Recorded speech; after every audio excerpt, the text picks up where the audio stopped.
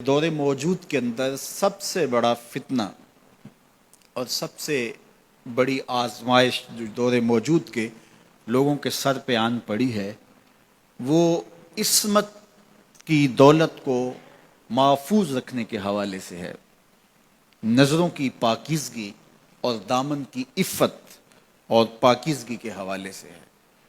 تو جب کوئی شخص عفیف نہیں رہتا، جب کوئی شخص پاک دامن نہیں رہتا، تو پھر یہ وہ غلاظت ہے کہ جو زندگی کی ہر خیر کو چاٹ جاتی ہے اور انسان کی ساری صلاحیتیں زنگ آلود ہو جاتی ہیں۔ یہ دور جس دور سے ہم گزر رہے ہیں یہ سوشل میڈیا کا زمانہ ہے،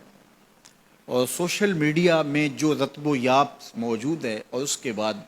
غلاظتوں سے لتھڑا ہوا جو وہاں ماحول ہے،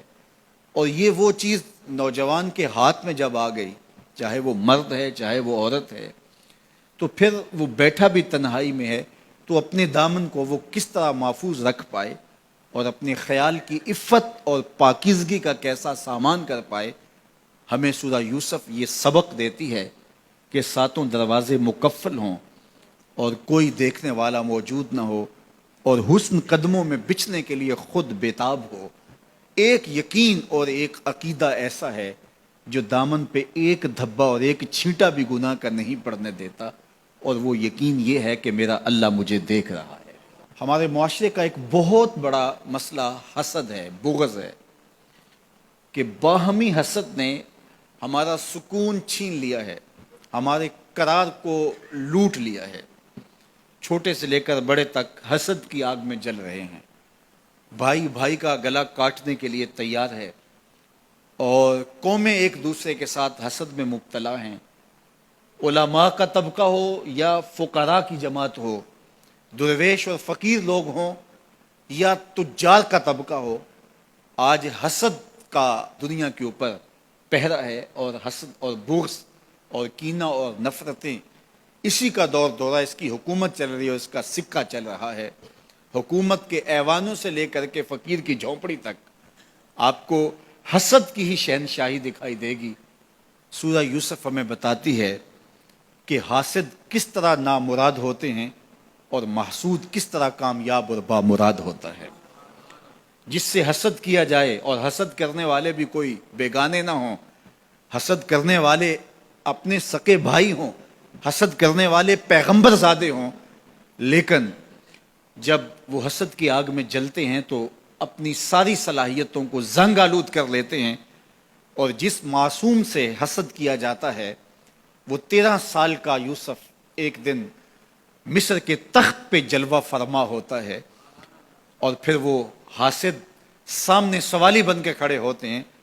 تو محسود کس طرح ان کے ساتھ رویے اختیار کرتا ہے۔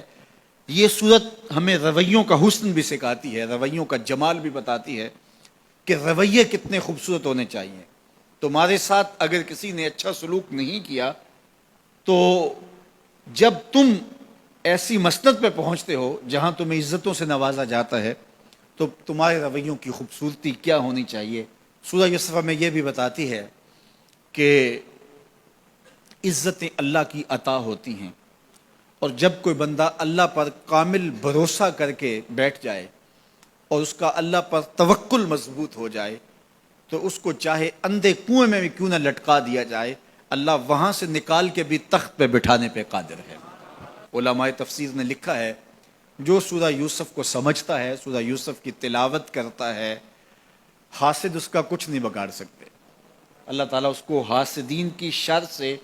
محفوظ فرماتا ہے۔ اور ہمارے بزرگوں سے یہ منقول ہے